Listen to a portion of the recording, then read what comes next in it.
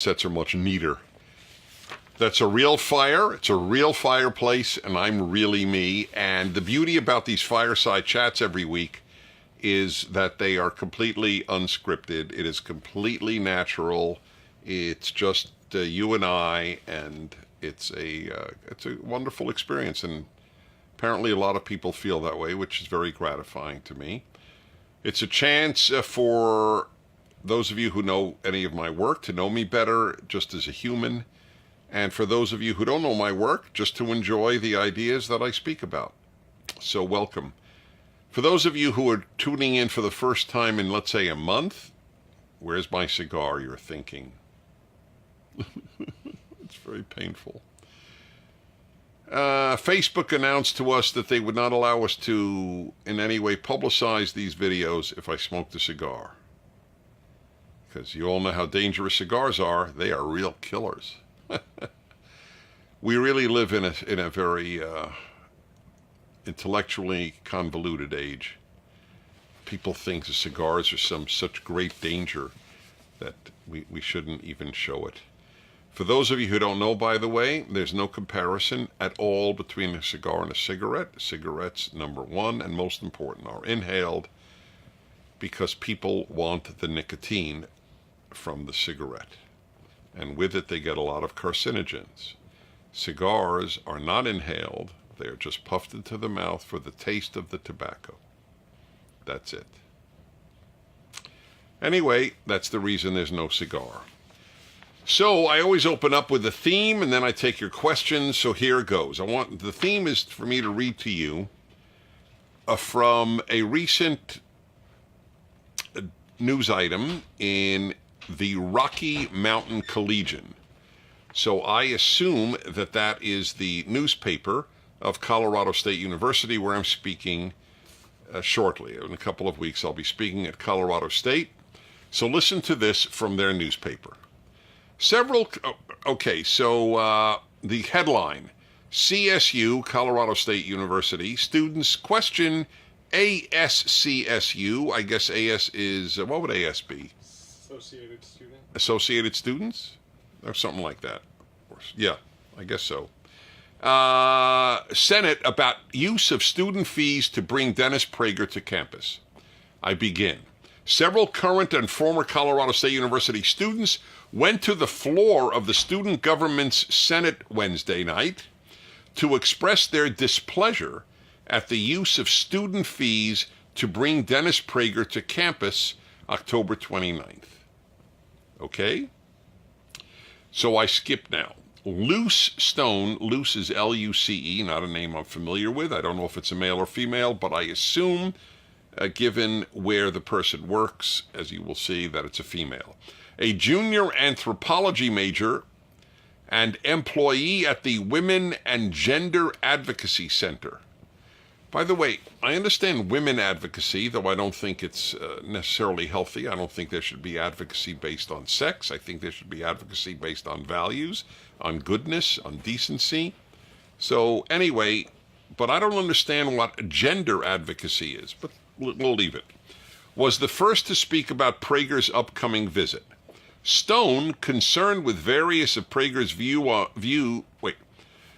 concerned with various views of Prager on the LGBTQ community, Islam, and women's issues, questioned whether bringing someone who has those views should be brought to campus. Whether bringing someone who has those views should be brought to campus. Isn't there something odd about that English? No, I'm not being cute. Am I right? That's why it tripped me up. Okay. Quote, free speech and debate are key parts of college campuses. Whenever the left says that, you can bet your life the next word is but. Look at that! But! What a shock. Free speech and we always welcome free speech and debate, but not when we differ. It's a great position. There's free speech and debate among all left-wing issues. All left-wing opinions are acceptable. But do we want to host a speaker that actively wishes harm towards people of marginalized identities, You know, it always amazes me how well these people know me. I wake up and almost every day I say to my wife, in the morning, morning, honey, you know, it's another day to bring harm to people of marginalized identities.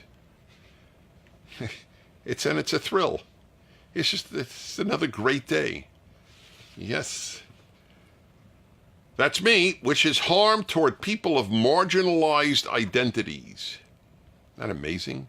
They really believe that? I wish to harm people of marginalized identities. First of all, it's not a term I ever used until I read this. I guess by the way, marginalized identity to the left is anyone who is not a white, male, Christian, heterosexual. Is that correct? Yeah.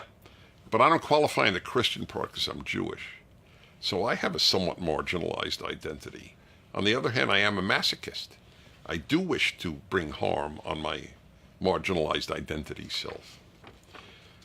Is engaging in debate worth risking the safety and well-being of our queer, Muslim, and female students? Do you understand what's going on our campuses? Let me understand that. Is engaging debate worth the safety and well-being of queer, Muslim, and female students is risked by engaging in debate? Is there one example on one campus of that happening? Let me see again. Queer, Muslim, and female students their safety and well-being is risked by debate. This person believes this. Do you know what I always say about the left? And again, I always make this point, not liberals. Liberals are naive, but left are harmful. So I always wonder about the left. Do they believe the lies that they speak with such ease? Now, and I'm of two opinions of this. If they do believe it, or they don't believe it, which is more dangerous? Who is more dangerous? The person who believes the lies they tell, or the person who knows they're lying? I think the person who believes the lies they tell is more dangerous, because there's no hope for these people. Those who know they're lying, there's hope that they'll do penitence. That, listen, you're not telling the truth. Truth is a value. But if you think truth is a value and you're lying, then it's a problem because you don't even know you're lying. So, because this is just a lie. The safety and well-being of queer, Muslim, and female students is endangered by bringing a conservative speaker? Is the safety of conservative students endangered by bringing a liberal speaker? This is scary stuff. This is new in American history. The utter and total stifling of speech on the basis of lies. You have to understand, the lies get worse. The article gets worse. This is just the beginning. But that is an amazing thing to think. The safety and well-being of queer, Muslim, and female students is endangered by bringing me. Can you find, I have written millions of words. I've written 9 books. I have hundreds of videos out there. I have 1,000 columns out there. Find me once, one word, one sentence that has ever endangered a queer, Muslim, or female person. It's vile. It's just vile. And they get away with it, which is really, this is why I'm doing this as the opening of this broadcast. I want to call them on it. Nobody fights back at these people because they're bullies. They lie and they bully their way into these newspapers. Next, this is worse. Worse! That's an achievement. Alex Scott, who, by the way, I've publicly invited onto my radio show to tell the world why he wrote or said such things about me as you will hear. Alex Scott Jr., Natural Resources Management. What does that mean? Do you know what it means? I'm looking at a bunch of millennials, Generation Z, X, R, and L. You don't know what it is? I don't know what it is. Okay. Anyway, I'm not saying anything. I'm just curious. That was not a put down. It was a curiosity question.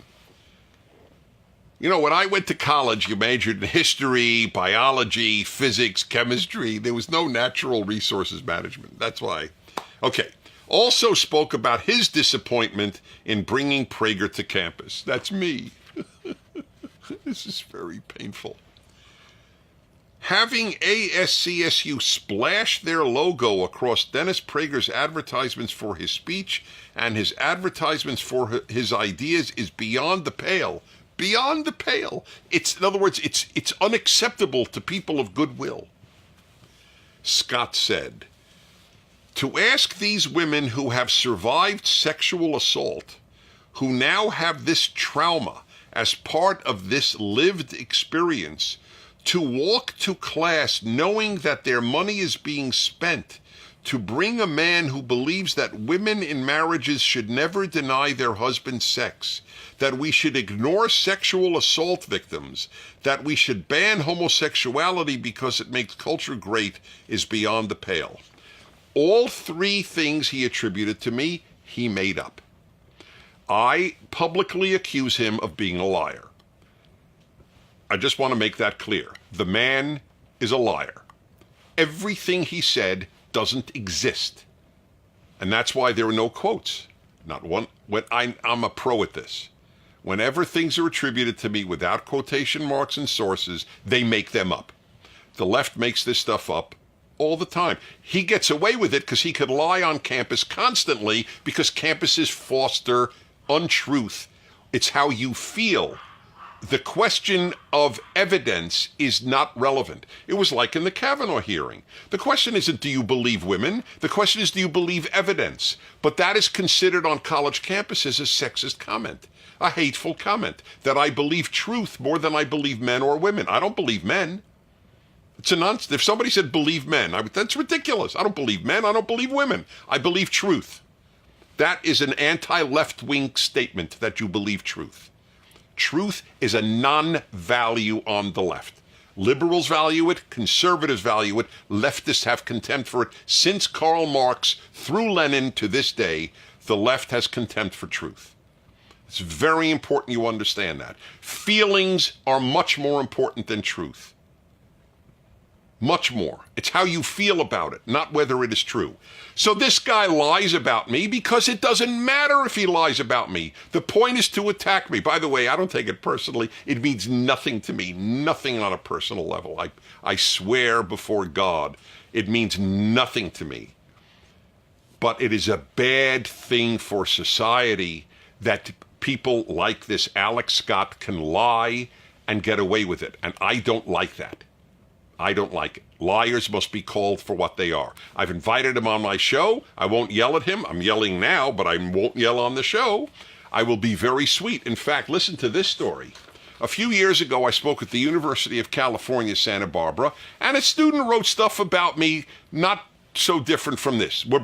Why are we bringing Dennis Prager to the University of California, Santa Barbara campus? He's a bigot and a xenophobe and Islamophobe and whatever other phobes I was. So I invited the guy on my show to speak to millions of people on my national radio show. And he was shocked. He was shocked. That was shock number one for him. He came on the show. I treated him, as I do all my guests, perfectly respectfully. He came to my speech. Guess what his next column was? And you could see it on the internet. I apologize to Mr. Prager. Everything he wrote about me, once he heard me on the radio and heard me give my speech, turned out to be untrue. Wonder if Alex Scott will have the courage to show up at the speech. Wonder if I have the courage to come on my radio show. Anyway, let's go through the lies. This is really important stuff because this is what is done in all throughout the left-wing media, from the Rocky Mountain Collegian to CNN. It is ubiquitous. It is universal. So let's begin, okay? So, first of all, it will traumatize women knowing that a man who believes that women in marriages should never deny their husband's sex. If you find, I know what he's referring to, so if you find, it's a 2-part column I wrote about 10 years ago. It's on the internet. Whatever's on the internet stays on the internet. And it's a 2-part column. And if you see that I said a woman should never deny her husband sex, I'm going to make a public offer. I will give $1,000 to Alex Scott's favorite medical charity. And if I didn't say it, I would like him to give $5 to my favorite medical charity. Okay, $1,000 to $5.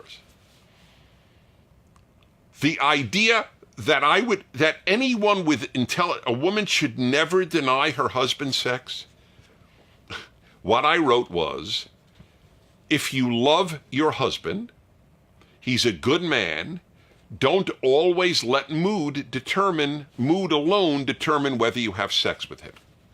That's what I wrote. I wrote a 2-part column on the importance of sex to most marriages, and that it means a great deal to your husband, and your urges are not identical. Men and women are quite different, especially moving past their very early years in their 20s, let's say. And a lot of times you won't be in the mood and he will be in the mood. Don't let your mood alone determine whether you have sex with him or not. I stand by that completely. I think I have done a male-female hour on the radio for 10 years. That's 500 shows with women calling in. I have talked about this subject many times. And you have no idea. You truly cannot know how many couples, how many women have thanked me for this advice and how it has helped their marriage. Because I don't think mood should determine anything, frankly. The only thing I think mood should determine is what you have for dinner. You're in the mood for Chinese, you're in the mood for Italian. Okay, that's not an issue. But in the rest of life, don't let mood determine your behavior. Okay? I'm not in the mood to go to work. There are days I wake up, I'm not in the mood to go to work. I go to work anyway. Because I have an obligation. And by the way, sex is part of the obligations of husbands to wives. That's right.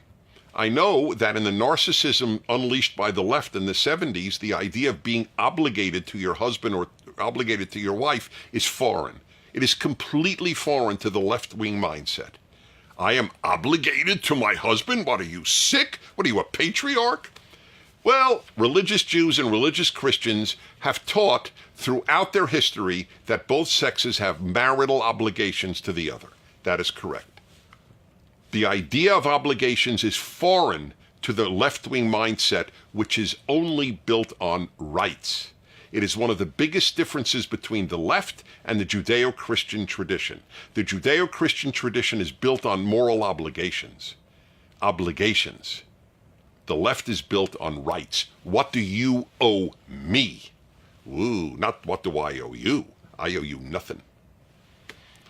So yes, this is part of marital life. Sex is part of marital life. That's right. You'll have a better marriage. There was a divorce lawyer who was very famous for big profile divorce cases, been doing it for decades. And he said something to the effect, this is not precise, but he said, it was amazing because I almost never had a couple divorce who had a good sex life. Now, I am not an idiot. I know sex life is not enough to make a good marriage. But the absence of it can really hurt a marriage. It's just the way life is. Sorry, this is life. It's time to grow up. The left wants people to stay children. That's why they put you in safe rooms with stuffed animals and hot chocolate if someone comes to campus whom you don't agree with. They want you to stay a child. The harm the left has done to you, young people, is incalculable. It is a form of child abuse. So anyway, that's all I wrote, was don't let mood be the only determinant. Obviously, if you don't want it, you don't want it. I never said you can't deny or should. The whole point is I'm asking you to make this decision, you the woman. Next, we should ignore sexual assault victims. If I wrote that, another $1,000 to this man, Alex Scott's favorite charity. They make these things up. All I said, I know what this is based on. I wrote a column that we should not have had a hearing 1 week before Brett Kavanaugh, Judge Kavanaugh's, now Justice Kavanaugh's vote, we should not have had a hearing on what he did in high school. That's what I said. The idea, I would think we should ignore sexual assault victims. Anyone who says you should ignore sexual assault victims is evil. I'm not evil. I'm a good guy. You are not quite evil. I don't know you well enough. But Alex Scott, if you continue to lie through your life, you will come close to that term. Next, we should ban homosexuality. Wow. That's... I don't know which of the three is a bigger lie, Alex. You've seen me write that we should ban homosexuality? Ooh, you're a liar. First of all, how do you ban it? How would it be banned exactly? I guess we would have laws that if you engage in it, okay, that's fair. Now I understand at least. Okay, so here's something you should just know, that all of you watching, my wife and I are godparents to a gay couple's 2 kids. Does that sound like a guy who would like to ban homosexuality? I have written that the Judeo-Christian impulse was to teach that heterosexual marital life is the ideal. I stand by that to this day. I do. I believe that the greatest book ever written was the Bible. I think it has more wisdom than I do, and even more than the New York Times editorial page, which I know is a real shockaroo. But I do believe that, and I do believe that the ideal place for sexual life is the male-female marital bond. Okay? That's my belief. That is not quite banning. Then you might as well say I'm for banning singlehood. I think that marriage is the ideal. Am I for banning singles?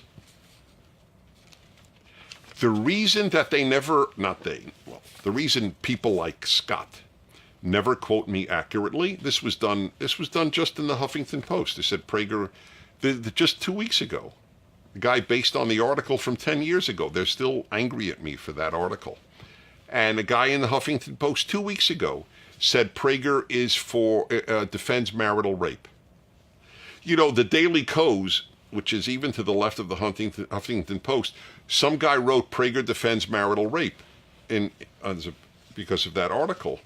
And even in the Daily Kos, a guy wrote, I can't stand anything Prager stands for. He's a conservative. I can't stand conservatives.